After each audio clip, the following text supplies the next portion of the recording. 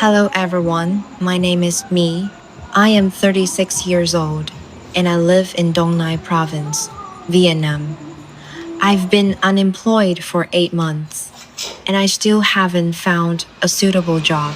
Today, instead of taking you somewhere special, I want to invite you into my home and show you what our everyday life really looks like.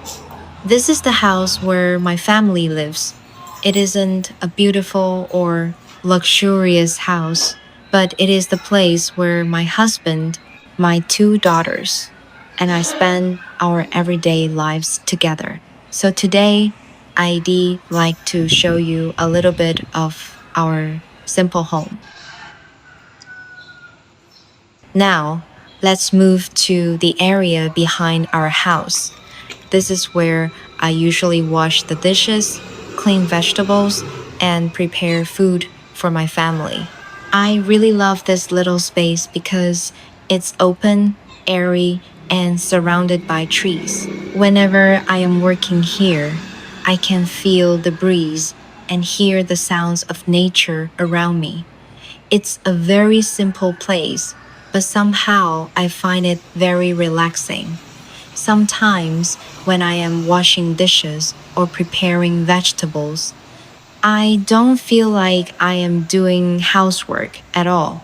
I can just slow down for a while and enjoy the fresh air. Let me show you the whole area around here. This is where I keep most of the things I need for cooking and preparing food. There are pots, pans, bowls, cooking utensils, and a rack where I dry the dishes after washing them. Everything is arranged as neatly as I can make it. The space isn't very large, so I try to put everything in a place that's easy to reach. When you have a small home, organization becomes very important. If I don't put things back in their proper places, this little area can become messy very quickly. So I always try to keep everything as simple and practical as possible. Do you have a small outdoor space like this where you live? Maybe a garden, a balcony, a backyard, or somewhere you can sit and enjoy the fresh air. I'd really love to know what your home looks like.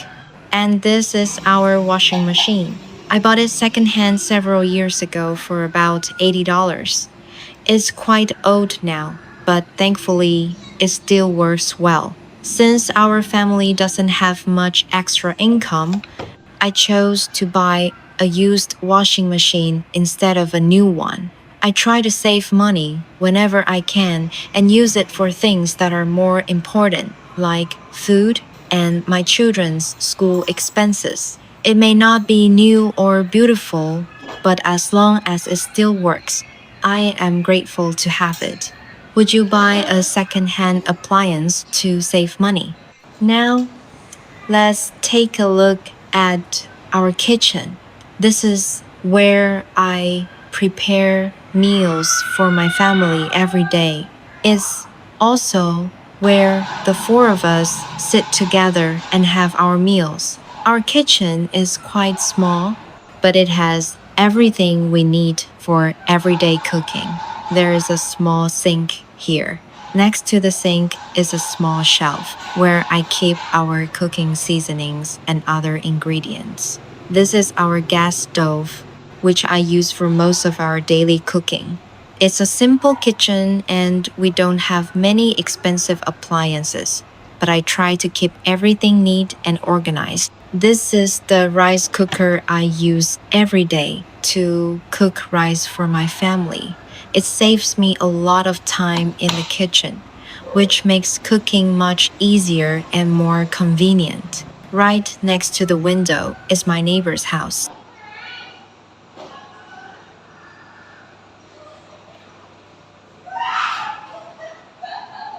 This is our refrigerator. It's the only big thing my husband and I have bought since we got married. We've been using it for many years now, but it still works really well and has never broken down. And this is our dining table and chairs, where my family of four usually sits together and has our meals. It's a little small for all four of us, but for now, it works just fine for our family. And next to the dining area is a small room where we keep our clothes and other belongings. There is a large wooden cabinet, as well as a small desk where my two daughters keep their books and school supplies. The room is quite small, so there isn't much space for us to keep a lot of things. This wooden desk is already quite old.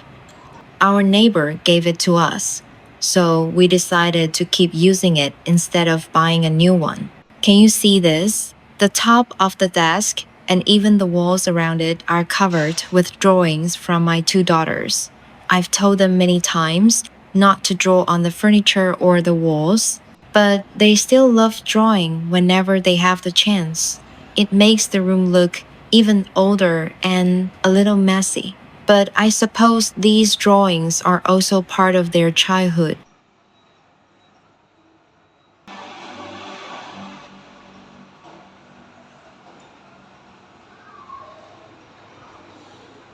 And this is our bathroom and toilet area.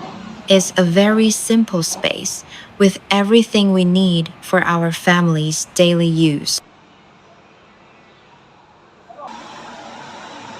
And this is the area where my family usually sits and relaxes together. We often come here to watch TV, rest, or simply spend some time together. This television was a gift from my parents to my husband and me when we first got married.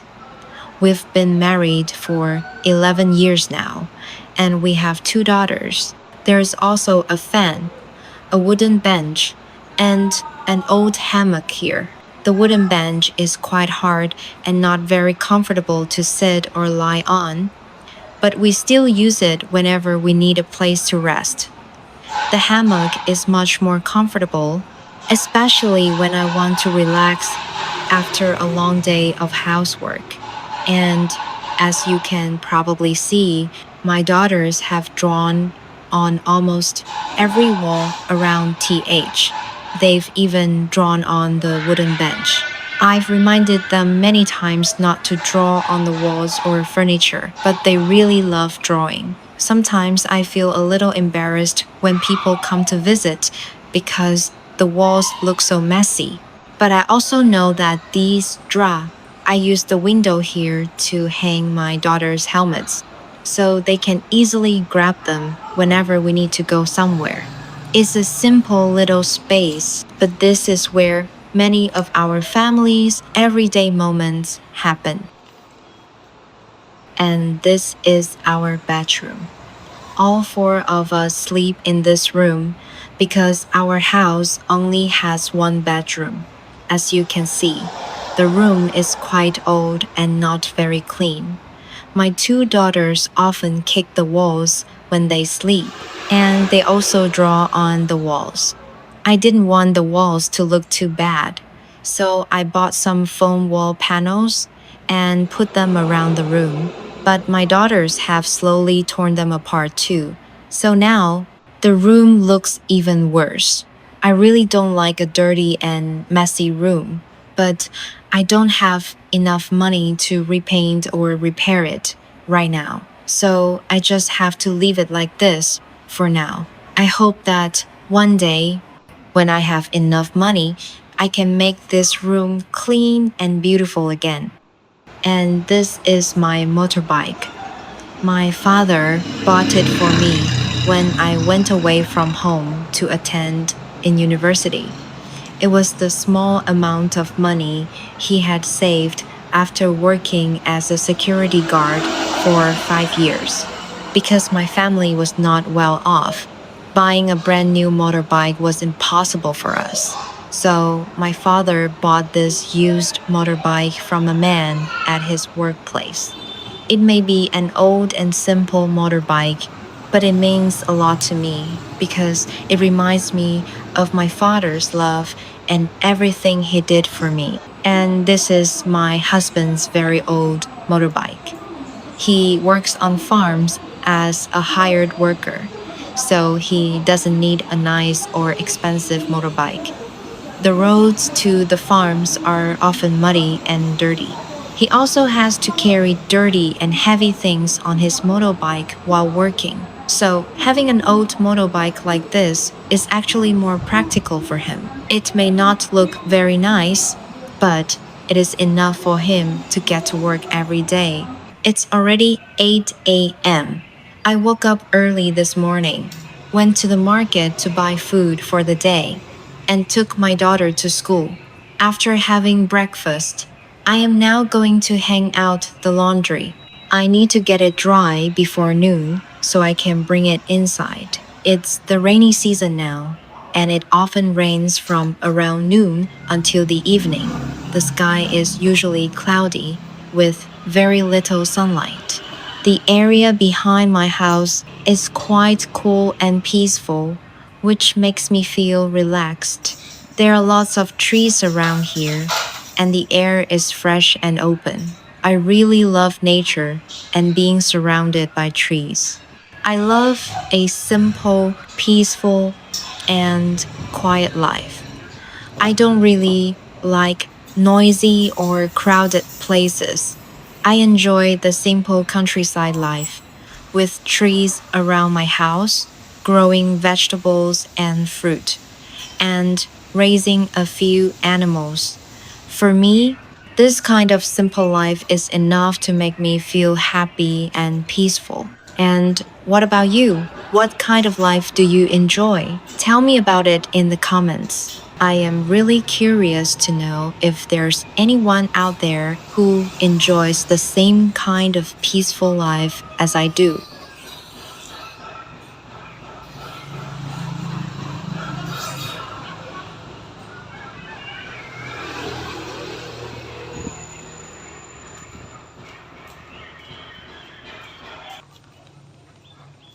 And now, I am going to the garden to pick some lemongrass to use as a seasoning for our lunch today. This garden belongs to my husband's cousin. His house is somewhere else, so he mainly uses this garden to grow ornamental plants and other plants that he likes.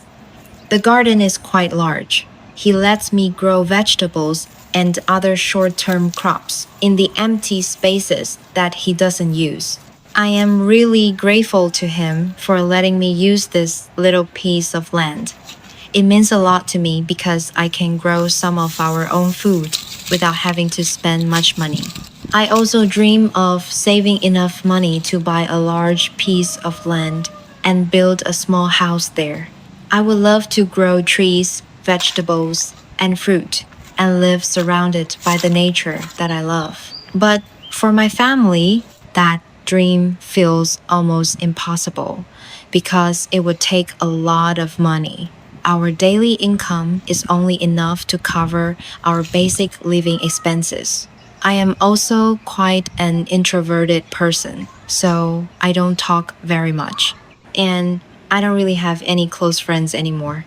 After I had my first daughter, I started spending almost all of my time taking care of my children and my family. I stopped going out with friends like I used to. Little by little, I became more and more focused on my family, and my social life just faded away. The piece of land around our house is very small. It basically only has a small area for hanging our laundry and the mango tree that I planted right behind me. The garden and all the trees you can see around here actually belong to my husband's cousin. He grows many different kinds of plants and trees here.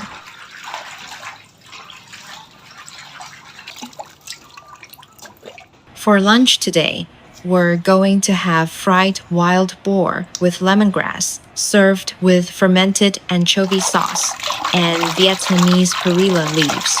Do people where you live eat this kind of dish? I'd really love to know. Tell me in the comments.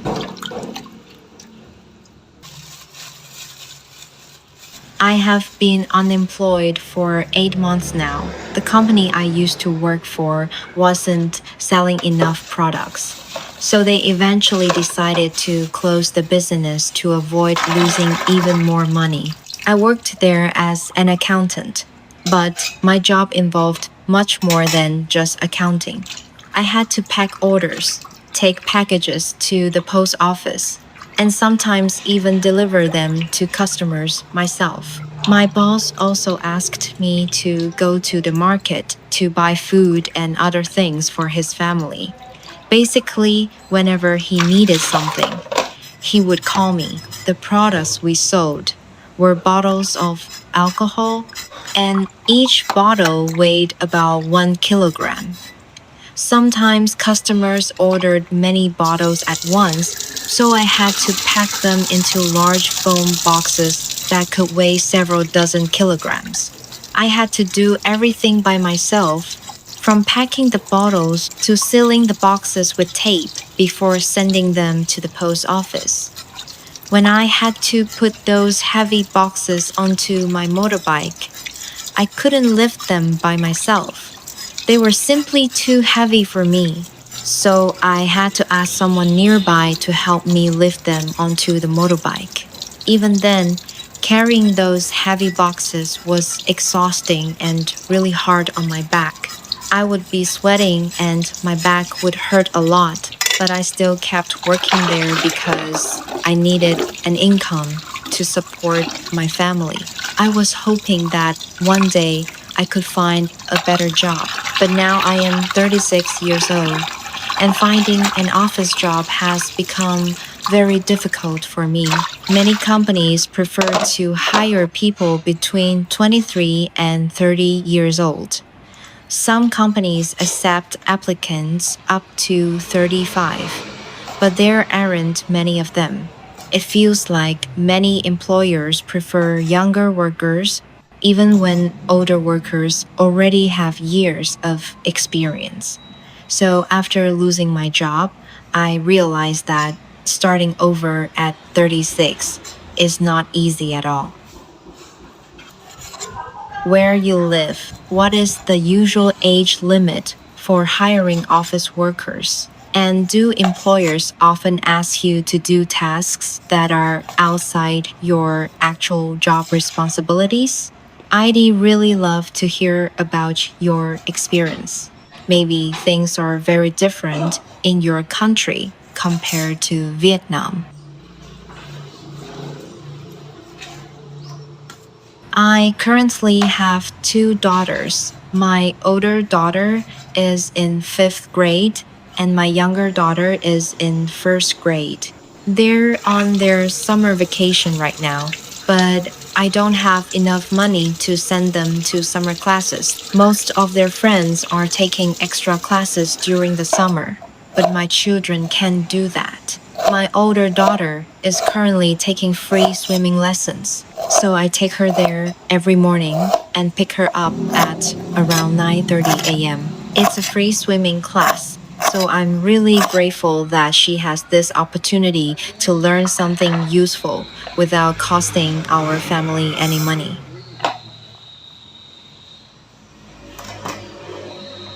When I was a child, my family was very poor. There were three children in my family, and I was the oldest. My parents had to travel around to work as hired farm workers, and sometimes we didn't even have enough money to buy food or rice. We only had one bicycle in the whole family, whether they were going to work somewhere nearby or far away, that was the only vehicle we had. The small farm we owned didn't provide enough income for our family. So my parents had to travel to different places to find work.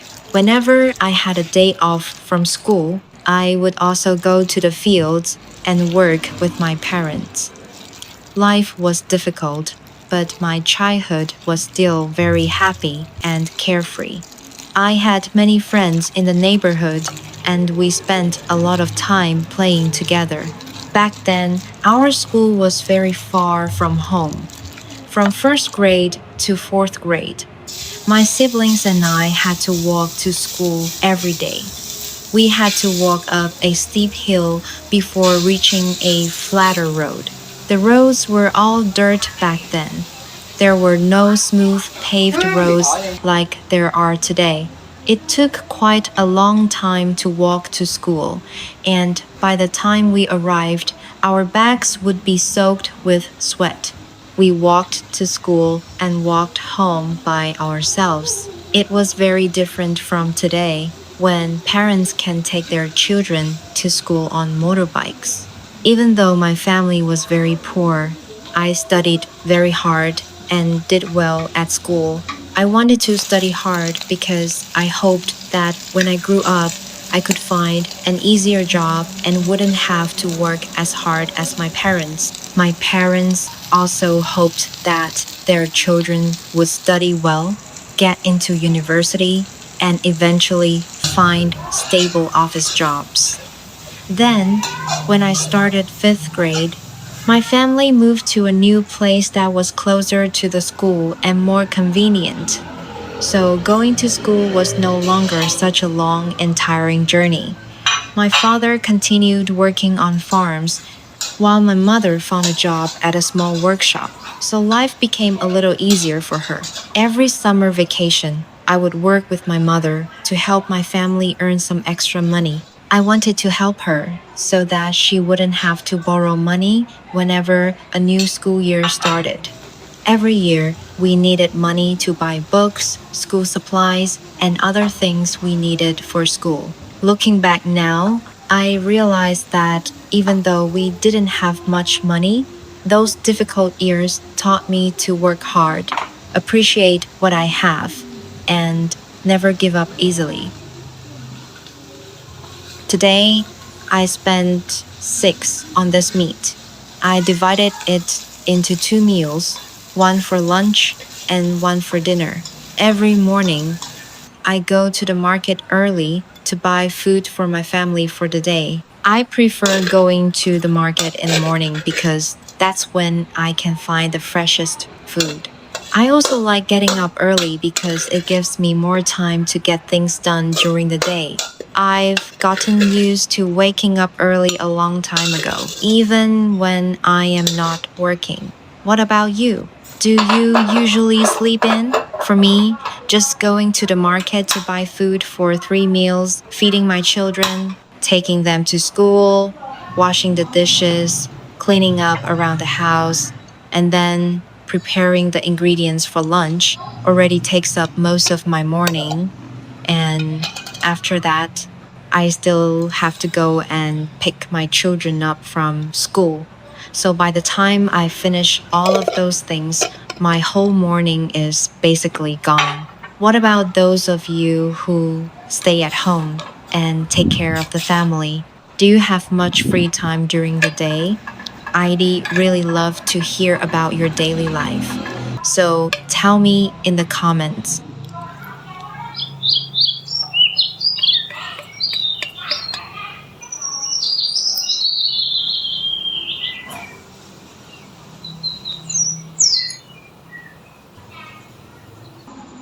While my husband is still at work and hasn't come home for lunch yet, I am going to clean our fan. It has gotten quite dusty, and all that dust can make the fan blow less cool air. To be honest, the first time I cleaned this fan, I had no idea how to take it apart. I just figured it out as I went along. I didn't ask anyone for help. I just looked at it and tried to work out what to do by myself. It may look simple, but when you take something apart, you need to remember the order of every part. You have to remember which part comes off first, which one comes next, and where each piece belongs. Otherwise, after you finish cleaning everything, you might have no idea how to put it all back together properly.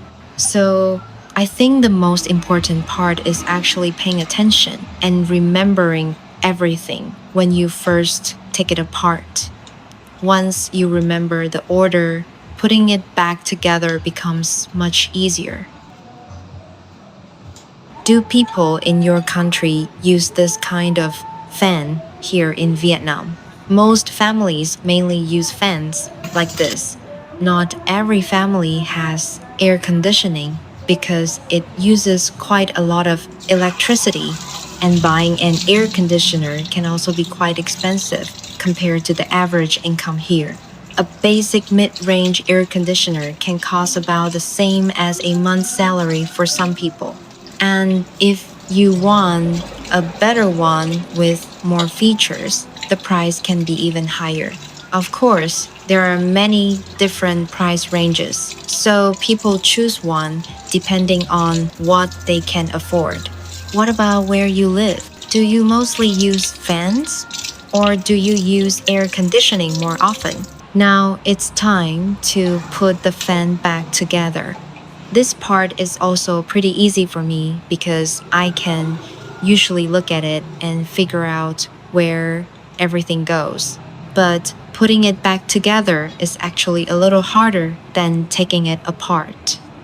There are several parts that need to line up perfectly. I have to adjust them with my hands and press them firmly into place so everything locks together properly. Otherwise, the fan cage might come loose while the fan is running. It takes a little patience, but once everything is lined up correctly, it's not too difficult. Finally, it's all done. The fan looks almost brand new again. If you enjoy watching my videos and would like to support me, please take a moment to subscribe to my channel and turn on the notification bell so you don't miss my next videos. If you like to support me a little more, you can also buy me a cup of coffee. I would really appreciate it. And if there's anything you'd like to know about me or my life, feel free to leave a comment. I might make a video about it next time. Thank you so much for spending your time watching this video all the way to the end. I am truly very happy that you're here with me.